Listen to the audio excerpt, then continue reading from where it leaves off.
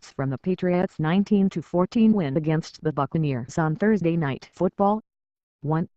After an ugly interception on New England's first drive, Tom Brady consistently torched the Tampa Bay defense.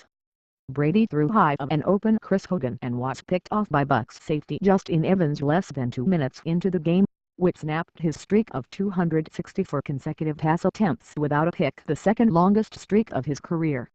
Brady finished with 303 yards to go along with a touchdown and an interception, but most impressively he completed 75% of his 40 throws. He completed all 10 of his throws in the second quarter, resulting in 100 yards and a touchdown, and he took advantage of Bucs linebackers attempting to hold their own against the Patriots running backs. His wideouts also had no problem running free. Danny Amendola hauled in all 8 of his targets for 77 yards, continuing to look like the wideout that Brady trusts most so far this season. Chris Hogan simply is a knack for getting open all the time, adding 74 yards and a touchdown on 8 grabs. Brady has thrown for more than 300 yards in 6 of his past 7 games, and he's now tied with Peyton Manning and Brett Favre for the most regular season wins as a quarterback in NFL history, 186. 3. The Bucs kicking saga marches on. After missing 3 field goal attempts against the Giants last weekend, Bucs knack Folks kicks somehow managed to look even worse on Thursday. He missed attempts from 56, 49 and 31 yards, with the latter 2 both coming in the second half, making either would have made it a one-score game. The close score only shined a bigger spotlight on Folks' 3 missed field goals. QB Jameis Winston was far from sharp for Tampa Bay, but he led the Bucs down the field twice late, once for a touchdown to cut the deficit to 2 with 2:09 left and to the Patriots' 19-yard line before throwing an incompletion down 5 to end the contest. To rub more salt in the wound for Tampa Bay, Patriots kicker Stephen Gostkowski made all 4 of his field goal attempts, including 2 from at least 45 yards out. Folk did make both of his extra points, but it'd be surprising to see him attempt another kick with the Bucs this season. Tampa Bay has now converted 28 of their 42 field goal attempts, 66% since the beginning of the 2016 season, the lowest percentage in the league. Graham Jasonlick has to figure out a solution immediately for an issue that has been sinking the team.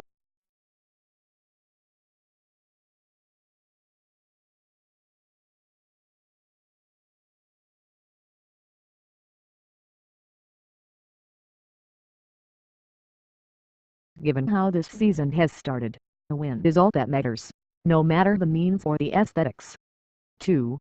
There was some clear progress made in the 4 days since the 33-30 loss to the Panthers at Gillette Stadium. Stephon Gilmore, the most maligned member of the Delty O'Neal tribute quartet that was masquerading as an NFL defensive backfield against the Panthers, appears to have achieved what we call getting your act together. Gilmore was pointed in the direction of a Bucs receiver all night, did a nice job when he covered stalwart receiver Mike Evans, and he even seemed to realize who he was supposed to be covering on most plays. Progress. 3. Bucs quarterback Jameis Winston did help the Patriots defensive backs find their mojo by missing some throws. He had a wide-open Deshaun Jackson down the right sideline in the second quarter but overthrew him by 5 yards. He also didn't get a lot of help from his receivers. Cameron Brate dropped a perfect throw in the end zone that would have cut the Patriots' lead to 16-14 with 7 minutes left in the game. But Brate did score just before the 2-minute warning on a similar play. Winston isn't especially impressive at this point in his career. In terms of effectiveness against the Patriots, here's how I'd rate the 5 quarterbacks they have faced so far, least to most impressive. 5. Jameis Winston. 4. Cam Newton. 3. Drew Brees. 2.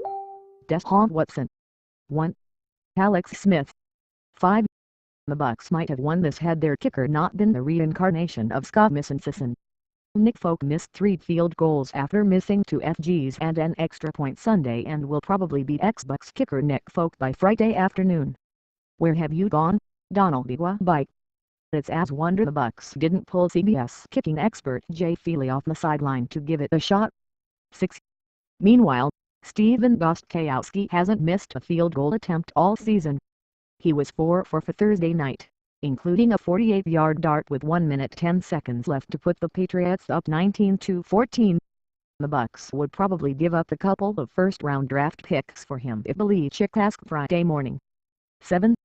Danny Amendola seems to make a big play or two, usually when the outcome still hangs in the balance, every game. Thursday night he made those plays throughout the game. 8. Amendola had 6 catches on 6 targets in the first half,